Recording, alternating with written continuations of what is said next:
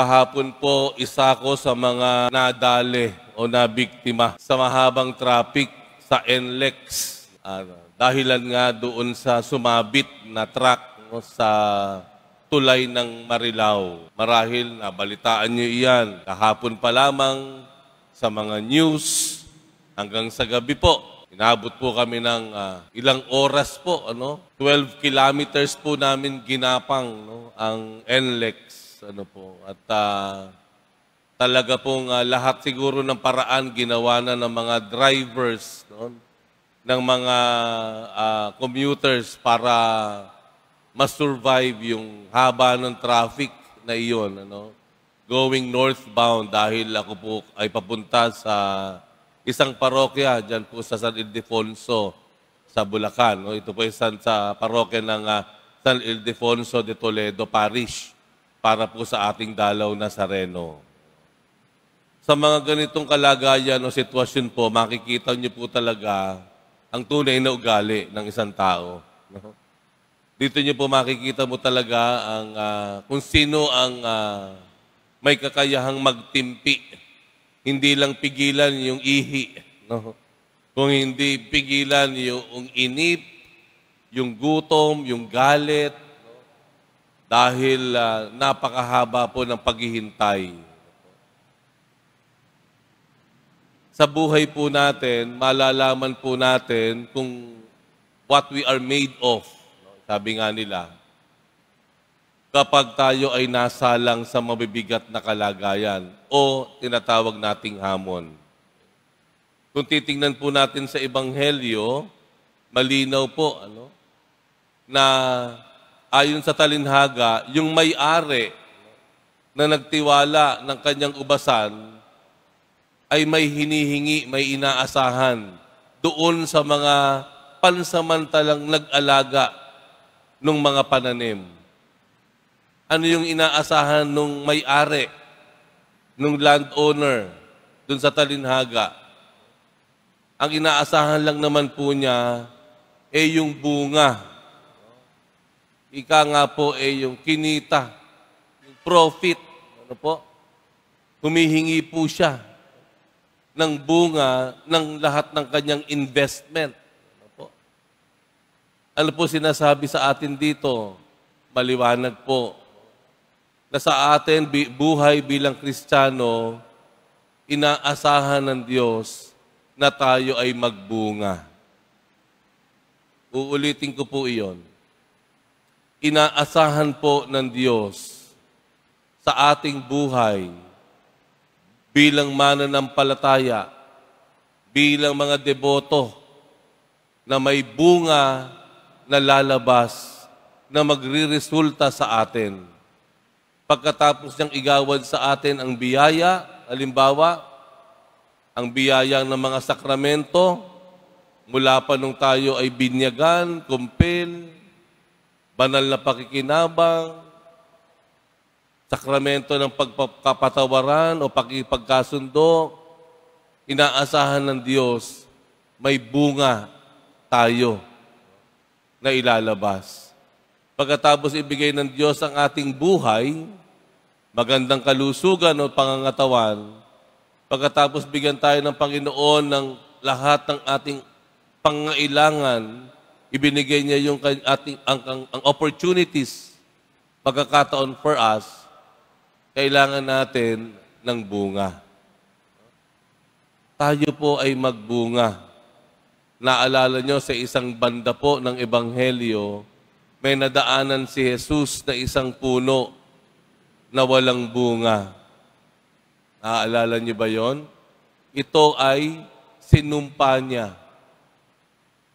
At pagbalik nga nila, nadaanan nila, kasama ng kanyang mga alagad, yung puno na hindi nagbunga, na isinumpa ni Jesus, ay namatay. Kailangan po nating magbunga. Ano po ba yung bunga? Paano natin malalaman yung bunga? Sabi natin, kung ano ang itinanim, siya ang bunga.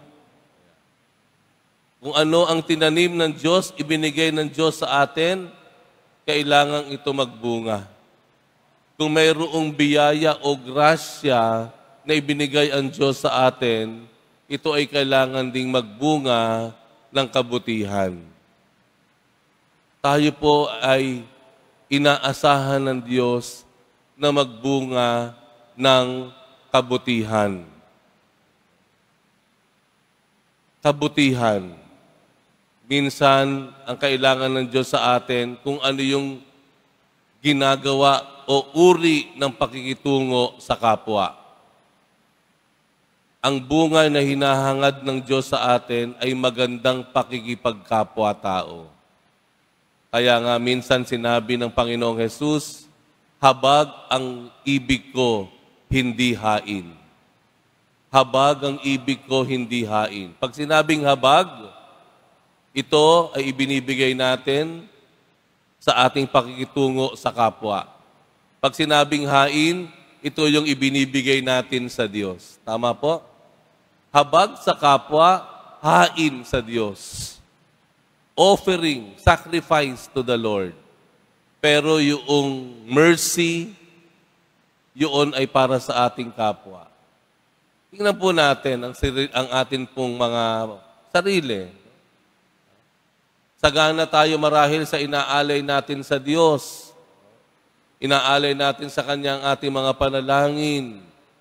Yung ating mga sakripisyo, Lord, para sa iyo ito. Abot-abot ang ating pagtawag sa Diyos. Pero kung titignan natin ang katuruan ng ating Panginoong Jesus Nazareno, ang lagi niyang itinuturo, anak, tignan mo yung kapatid mo. Patunayan mo ang pagmamahal mo sa akin na iyong Diyos na hindi mo nakikita sa pamamagitan ng pagmamahal mo sa iyong kapwa na iyong nakikita. Ang bunga na hinahangad ng Diyos sa atin ay mabuting pakikitungo sa ating kapwa. Good relationships. Maayos na pakikitungo. Makatarungan na negosyo, halimbawa.